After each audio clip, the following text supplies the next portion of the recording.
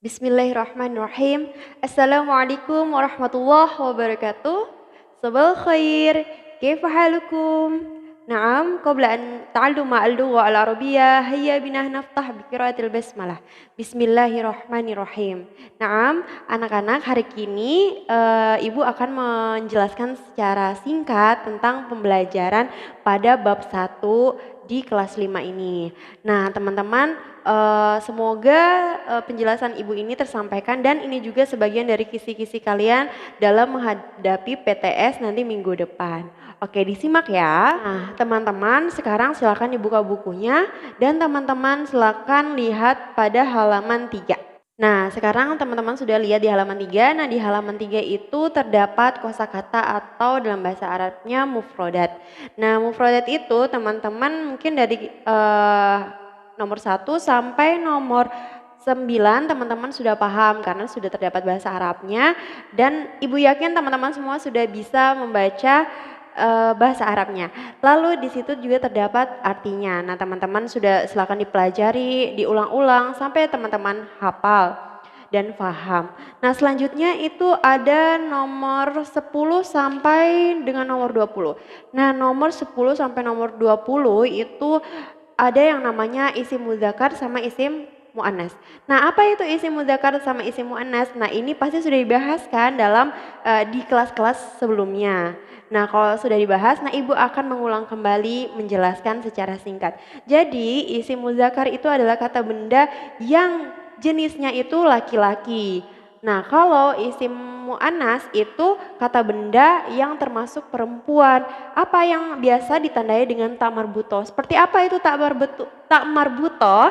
Nah, ini salah satu contoh yang dia itu mencirikan bahwa benda itu termasuk dalam isim muannas.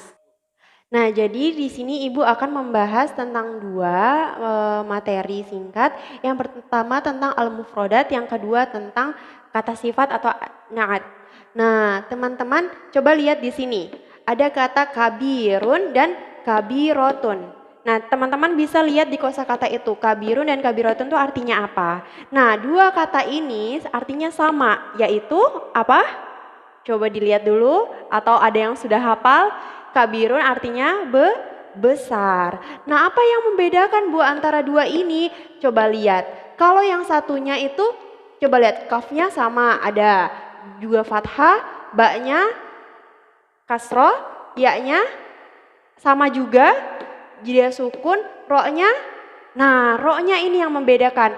Yang satunya itu fathah, yang satunya dommatain. Nah, kalau kabirun berarti artinya Ibu tadi sudah menjelaskan bahwa dia itu apa?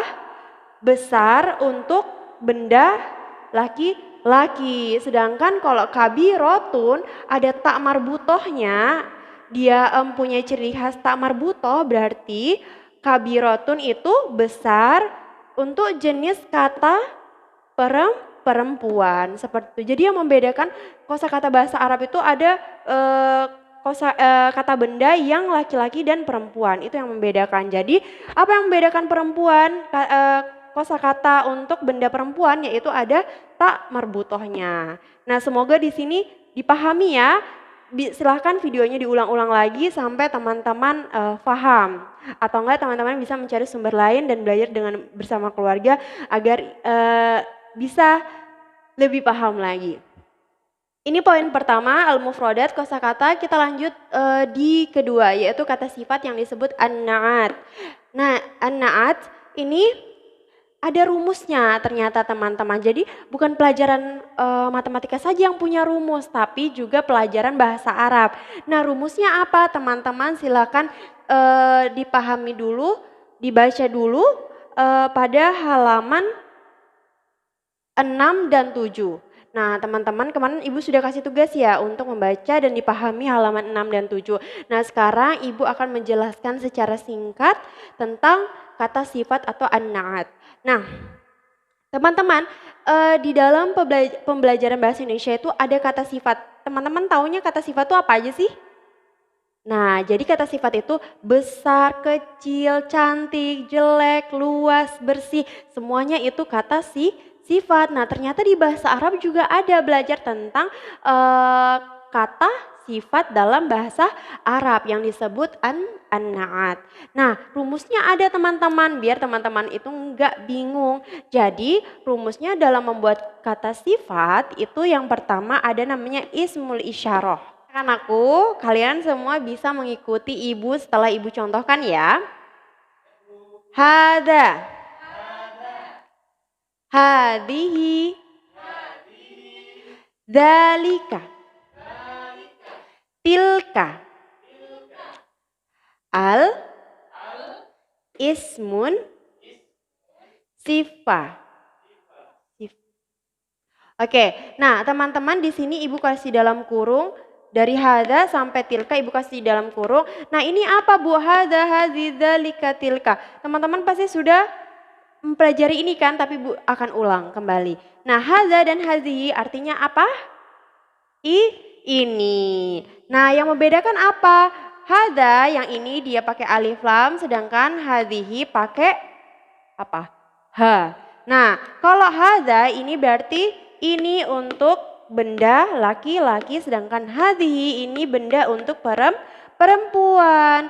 Nah, lalu di sini ada dzalika dan tilka. Dzalika dan tilka ini berpasangan ya teman-teman, sedangkan hadza dan hadhihi juga berpasangan. Tapi yang membedakan adalah dzalika itu dia untuk benda laki-laki, sedangkan tilka itu untuk benda perempuan. Nah bedanya apa bu? Tadi kalau hadza dan hadhihi dibedakan dengan alif dan ha. Nah sedangkan kalau dzalika dan tilka dibedakan dengan za dan ta. Seperti itu. Jadi teman-teman bisa memahami ya perbedaannya. Nah hadza, hadhihi, dzalika, tilka itu apa bu? Itu adalah isim isyarah. Apa itu isim isyarah? Adalah kata tunjuk. Dalam bahasa Indonesia juga sama, kata tunjuk itu ini, itu. Nah dalam bahasa Arab ini hadza, hadhihi, dzalika, tilka. Yang bahasa Arabnya lagi kata tunjuk itu disebut ismul isyarah. Nah ismul isyarah nanti apa aja kalau ditanya ismul isyarah, kata tunjuk, kata benda tunjuk itu hurufnya apa aja? Nah itu ada hadza, hadzi, dzalika, tilka. Nah ini mereka semuanya bersahabat. Lalu mereka juga berpasangan. Jadi ada hadza, hadzi, dzalika, dan tilka. Nah ini yang pertama rumusnya adalah ismul isyarah. Ada salah satu dari kata ini. Nah ada salah satu dari kata ini. Boleh memakai hadhihi saja boleh. Hadza boleh, dzalika boleh, tilka boleh. Nanti kita langsung kembali ke contoh ya. Sekarang kita mengetahui rumusnya dulu. Lalu nanti ada ismul isyarah. Lalu dia akan tambahan dengan ismul ma'rifah. Apa itu ismul ma'rifah? Kata benda yang sudah diketahui. Nah kata benda yang sudah diketahui itu misalnya apa? Misalnya ada kursi. Nah kalau kursi aja di dalam bahasa Arab itu namanya ismul apa? Ismun nakiroh. Nah sedangkan kalau kata benda yang itu kursi, berarti udah tahu kursinya yang itu, bukan dibayangkan lagi kursi yang mana. Nah kalau sudah diketahui kursi yang itu yang ada di pojok, nah berarti sudah diketahui kan kursinya letaknya di mana. Nah itu menggunakan ismul ma'rifah. Berarti ismul ma'rifah itu apa? Isim kata benda yang sudah diketahui. Ketahui apa? Mungkin keberadaannya, letaknya dan lain-lain sebagainya. Jadi sudah diketahui. Jadi udah jelas kursinya ada di situ. Misal seperti itu. Jadi cirinya apa bu ismul ma'rifah? Dia itu menggunakan alif lam. Nah kalau ismul ma'rifah itu menggunakan alif lam. Makanya ibu tadi menambahkan dalam kurung lagi alif lam ditambah ismun. Jadi alif lam ditambah kata bendanya apa? Nah tadi ibu bilang kursi berarti al-kursiyu. Nah seperti itu. Terus kalau misalnya ismul nakirah, nah itu nanti kalian mungkin sudah mempelajari tapi nanti ibu akan ulangi lagi. Tapi yang perlu kalian mengetahui untuk membuat kata sifat adalah ismul ma'rifah dulu ya. Jadi ismul ma'rifah ditandai dengan alif lam. Nah oke, jadi pertama itu tadi rumusnya ada ismul isyarah. Nah lalu ditambah dengan ismul ma'rifah, kata bendanya apa? Nah nanti kalian ibu kasih tahu lebih jelasnya lagi contohnya. Lalu ketambahan sifat. Nah sifat tadi sudah dipelajarin kan dalam bahasa Indonesia ada luas, bersih, cantik, tinggi. Nah semuanya itu kata sifat. Jadi teman-teman dalam bahasa Indonesia harus sudah tahu dulu ya, kata sifat itu apa, sudah bisa menyebutkan dan selanjutnya kita, belajar tentang, bahasa Arabnya. Jadi sifatnya udah diketahui, jadi terakhirnya itu ada kata sifatnya, seperti itu. Nah, sudah? Jadi rumusnya adalah ismul isyarah yang ini teman-temannya, lalu ada ismul ma'rifah yang ditandai dengan alif lam dan kata benda yang disebut ismun, terus tambah sifatnya, sifatnya apa. Nah oke sekarang kita langsung masuk ke contoh. Nah ini ada al-misal, jadi contohnya. Yang pertama ibu akan mencontohkan isim yang mudzakkar sama isim yang muannas. Jadi kata benda yang laki-laki dan kata benda yang perempuan. Nah, di sini kita baca dulu ya. Silakan teman-teman ikutin Ibu. Hadza al-baitu nadhifun. Teman-teman udah tahu belum artinya? Oke, mungkin ada sebagian teman-teman yang sudah tahu, ada yang sebagian belum. Ibu menjelaskan ya. Hadza artinya apa tadi? Ibu sudah jelaskan sebelumnya. Dia adalah ismul isyarah yang artinya ini untuk laki-laki atau perempuan? Untuk laki-laki, betul. Nah, di sini al-baitu, apa al-baitu? Rumah, jayid, rumah. Al-baitu adalah rumah. Nah, kalian pasti menemukan ada baitun sama al-baitu. Nah, kalau baitun itu kan di domatain. Nah, kalau al-baitu nggak perlu di domatain lagi, tapi dia ketambahan alif lam di depannya dan di belakangnya itu pasti apa? Domah. Nah, di sini makanya Ibu kasih lingkarin di harokat terakhirnya dia domah. Nah, kita menggunakan baitun yang kalau misalnya dia menjadi ismul ma'rifah atau kata benda yang sudah diketahui berarti dia ketambahan alif lam, berarti al-baitu.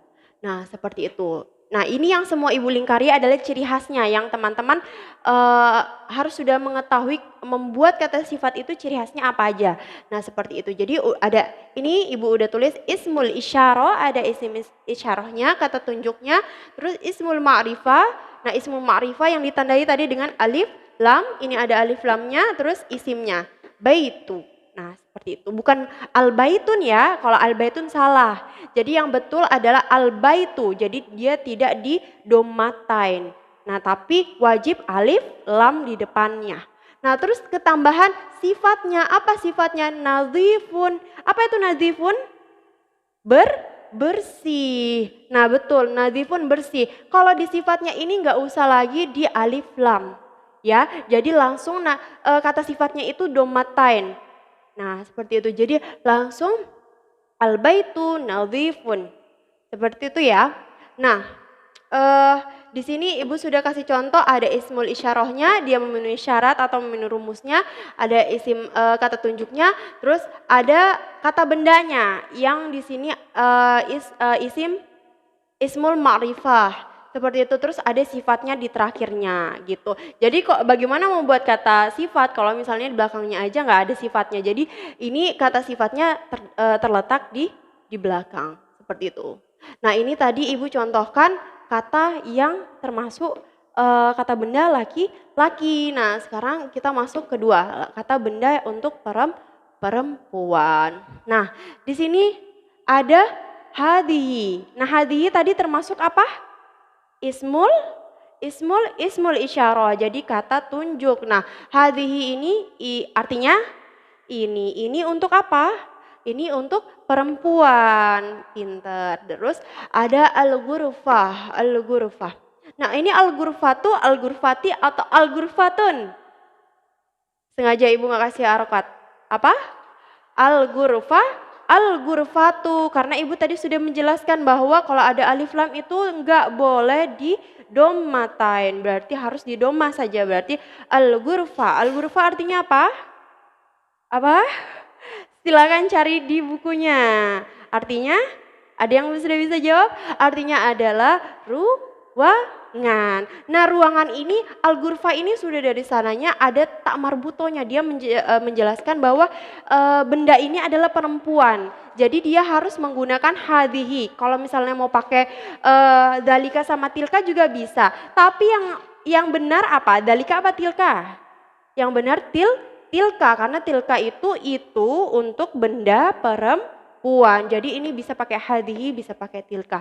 Kenapa Bu pakai itu? Karena bendanya ada tak marbutonya yang menunjukkan bahwa dia kata benda perempuan. Jadi harus menggunakan juga kata tunjuknya yang perempuan, hadhihi atau tilka. Nah, seperti itu. Nah, terus tadi ismul ma'rifah itu apa? Ada alif lam. Nah, ada alif lamnya. Itu ada di depan sini. Sudah ada kan? Nah, jadi dia bukan gurfatun tapi al-gurfatu. Al-gurfatu. Nah, seperti itu. Selanjutnya ada doiko. Nah, ada doiko. Doiko ini doikotun, doikotin atau doikotan. Apa teman-teman? Sebelum kita ke harokatnya, artinya doikoh itu apa? Apa yo? Silakan dibuka kosakata bahasa Arabnya ada di awal bab atau teman-teman buka di kamusnya boleh. Nah, silakan dicari ya artinya ya. Nah, doikoh. Nah, ini yang betul apa? Doikotun, doikotan, apa doikotin? Seperti contoh, kita nggak perlu jauh-jauh, Ibu menjelaskan yang seperti contohnya dulu, bahwa doikotun, seperti itu. Nah, sudah ya, ini sifatnya, ini ismul ma'rifahnya, ini ismul isyarahnya. Seperti itu, doikotun. Yang betul doikotun. Nah, sudah? Nah, teman-teman kita lanjut mengartikan secara satu kalimat. Nah, ini ada hada, ini albaitu, rumah, nadifun, bersih. Kalau kalian nanti mengartikan ini bahasa Indonesia, ini rumah bersih, iya betul. Tapi yang lebih tepat adalah, karena ini ismul ma'rifah, kata benda yang sudah diketahui, berarti artinya apa? Ini apa? Ini rumah yang bersih, seperti itu. Jadi ada ketambahan yangnya. Bu, mungkin nanti ada yang jawab, Bu, bahasa Arabnya yang itu apa? Jadi bahasa Arabnya yang itu nggak ada. Tapi untuk mengartikan satu kalimat dalam bahasa Arab agar sesuai dengan kaidah bahasa Indonesia, maka ditambah dengan yang seperti itu. Nah, semoga teman-teman bisa tersampaikan dengan baik ya. Jadi nanti di ulangan di PTS bahasa Arab ini Ibu akan mengambil 10 kosakata baik menerjemahkan ke bahasa Indonesia maupun ke bahasa Arab. Itu ada 10 nomor, lalu 10-nya lagi itu tentang mengartikan baik per kalimat, terus juga nanti ada tentang isim mudzakkar dan isim muannas, apakah itu sesuai di depannya dengan kata bendanya atau tidak, seperti itu. Terus juga nanti ada insya Allah 1 atau 2 soal yang mengharokati. Nah, itu semuanya berbentuk pilihan ganda, teman-teman silakan seteliti mungkin, karena di bahasa Arab ini kalau bisa kalian sangat-sangat perhatikan harokatnya ya. Jadi apalagi nanti soal yang mengharokati itu. Jadi mengharokati itu teman-teman benar-benar jeli matanya untuk melihat apa benar itu fi itu, misalnya fi artinya di, itu dia pakai ya atau ya lainah. Ya lainah itu yang enggak ada titiknya, seperti itu. Atau dia ketambahan alif atau seperti apa, jadi harus jeli. Jadi fi itu tahu tulisannya seperti apa, terus baitun itu tulisannya pakai terakhirnya tak taknis. Kalau tak yang senyum itu namanya tak taknis, tapi kalau di tak yang bulat itu namanya tak marbutoh. Apakah baitun itu memakai tak taknis atau tak marbutoh? Nah, jadi teman-teman juga harus jeli ya memperhatikan. Semoga ini tersampaikan dengan baik, teman-teman. Sampai bertemu lagi di pembelajaran setelah PTS. Semangat teman-teman, yang penting teman-teman sudah ikhtiar untuk belajar. Semoga semuanya tersampaikan dengan baik dan teman-teman jangan putus asa untuk belajar bahasa Arab ya. Kita semua adalah pembelajar, tetap semangat. Wassalamualaikum warahmatullahi wabarakatuh. Ilal liqa.